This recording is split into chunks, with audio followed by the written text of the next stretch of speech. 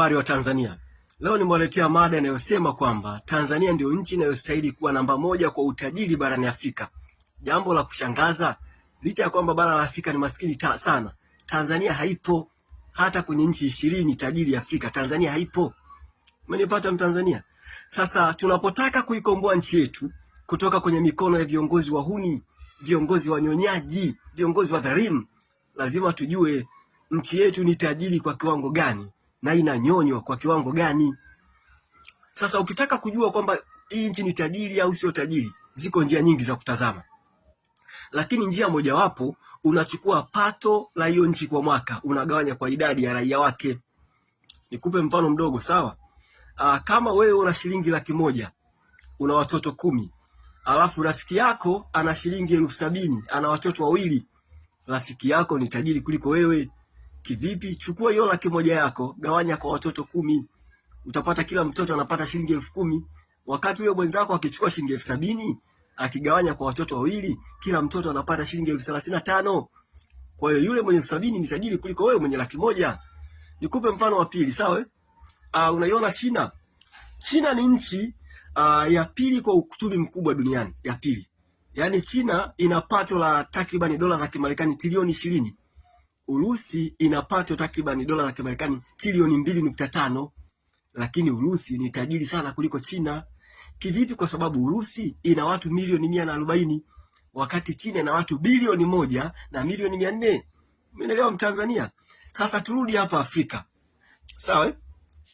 Bara zima la Afrika lina nchi takriban 54. Nchi tajiri namba 1 kwa Afrika ni visiwa vya Shelisheli. Umenipata? Sasa vuta picha, yani visiwa vya Shelisheli vinapata kwa mwaka kama bilioni 2.2. Lakini visiwa vile vina watu 100,000. Kwa hiyo ukigawanya unakuta kila raia wa visiwa vya Shelisheli kwa mwaka pato lake ni wastani wa shilingi za Tanzania milioni 48. Umenipata wa Tanzania? Sasa tuangalie utajiri wa visiwa vya Shelisheli unatokana na nini? Yaani utajiri wote wa visiwa vya Shelisheli unatokana na vitu viwili tu. Cha kwanza uvuvi, cha pili utalii. Yaani viongozi bora wa visiwa vya Shelisheli wameweza kuwekeza kwenye meli za kisasa za uvuvi. Wanavua samaki wengi, wanauza samaki wakubwa Ulaya. Wamewekeza pia kwenye utalii. Kivipi? Yaani wale jamaa wana fukwe, bichi nzuri. Wamedesign fukwe nzuri, safi, vivuli vizuri, maeneo mazuri ya kupigia picha. Wamewekeza kwenye apartment za watalii. Umenipata? Kwa hiyo wanapata pesa nyingi kutoka kwenye utalii. Umenielewa Mtanzania? Maana yake utajiri wa visiwa vya Shelisheli wote unatokana na chanzo kimoja, bahari. Yaani viongozi wameweza kutumia vizuri bahari, wanapata pesa. Wamejenga nyumba nzuri kwa ajili ya raia wake, wamewekeza kwenye elimu, wameboresha afya, wamejenga barabara nzuri, kila kitu. Unanielewa Mtanzania? Bahari peke yake. Sasa tuangalie mfano wa pili. Nchi ya pili kwa utajiri ni Mauritius, lakini sisi twende tuitazame South Africa. Sawa? South Africa ni nchi ya 7 kwa utajiri barani Afrika. Lakini South Africa ni tajiri sana kuliko Tanzania. Kivipi? Kwa sababu pato la raia wa South Africa mmoja, pato lake kwa mwaka ni kama milioni 17 za Kitanzania.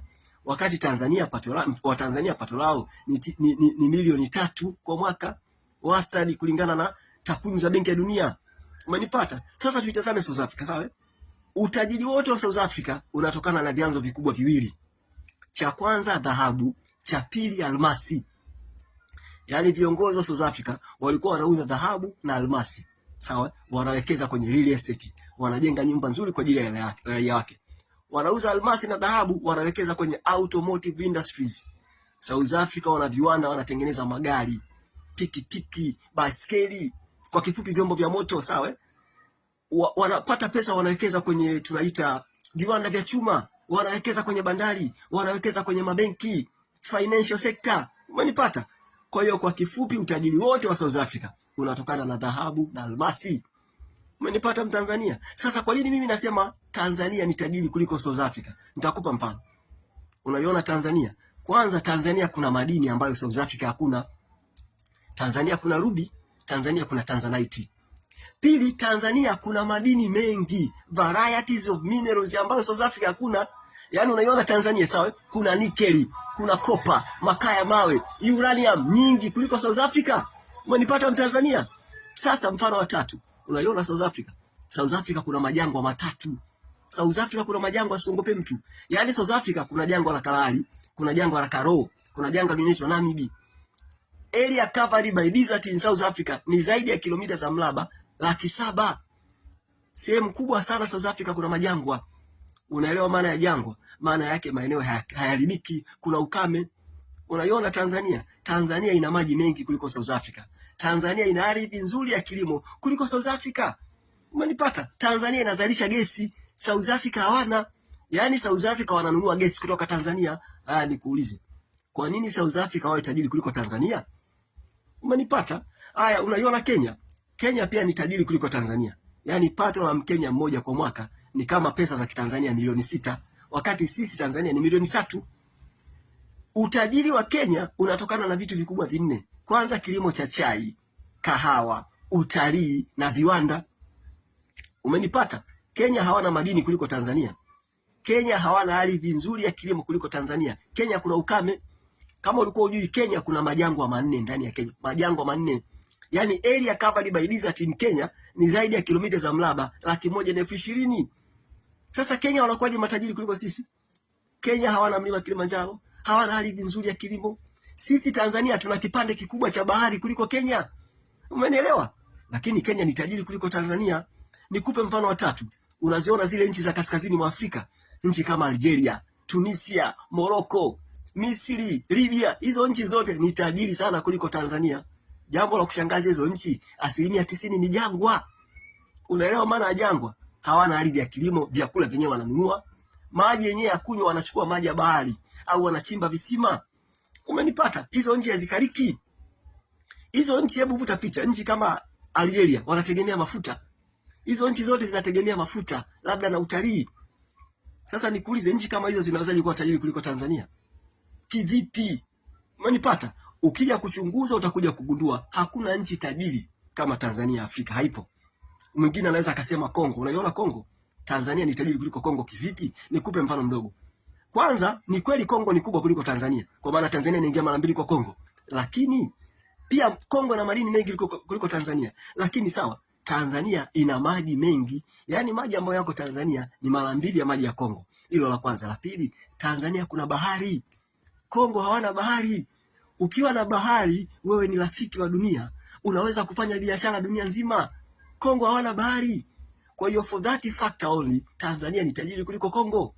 Umeelewa Mtanzania? Kwa hiyo utakuja kugundua ukifanya utafiti, hakuna nchi tajiri katika bara zima la Afrika kama Tanzania, hakuna. Sasa kwa nini Tanzania ni maskini? Nikupe mifano michache, sawa? Tanzania ina almasi. Yaani almasi kwa kifupi, almasi ina bei au it is very expensive kuliko gold.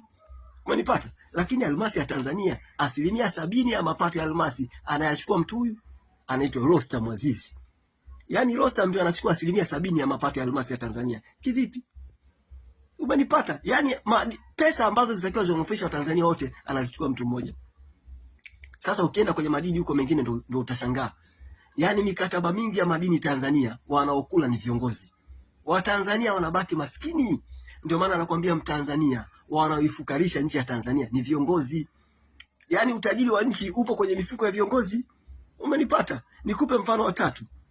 Unaona labda hata gesi, sisi tuna gesi. Nenda gesi. Rostam ndio anauza gesi South Africa. Umenipata? Yaani Tanzania ni vituko. Unaona labda nije kwenye sekta ya mawasiliano.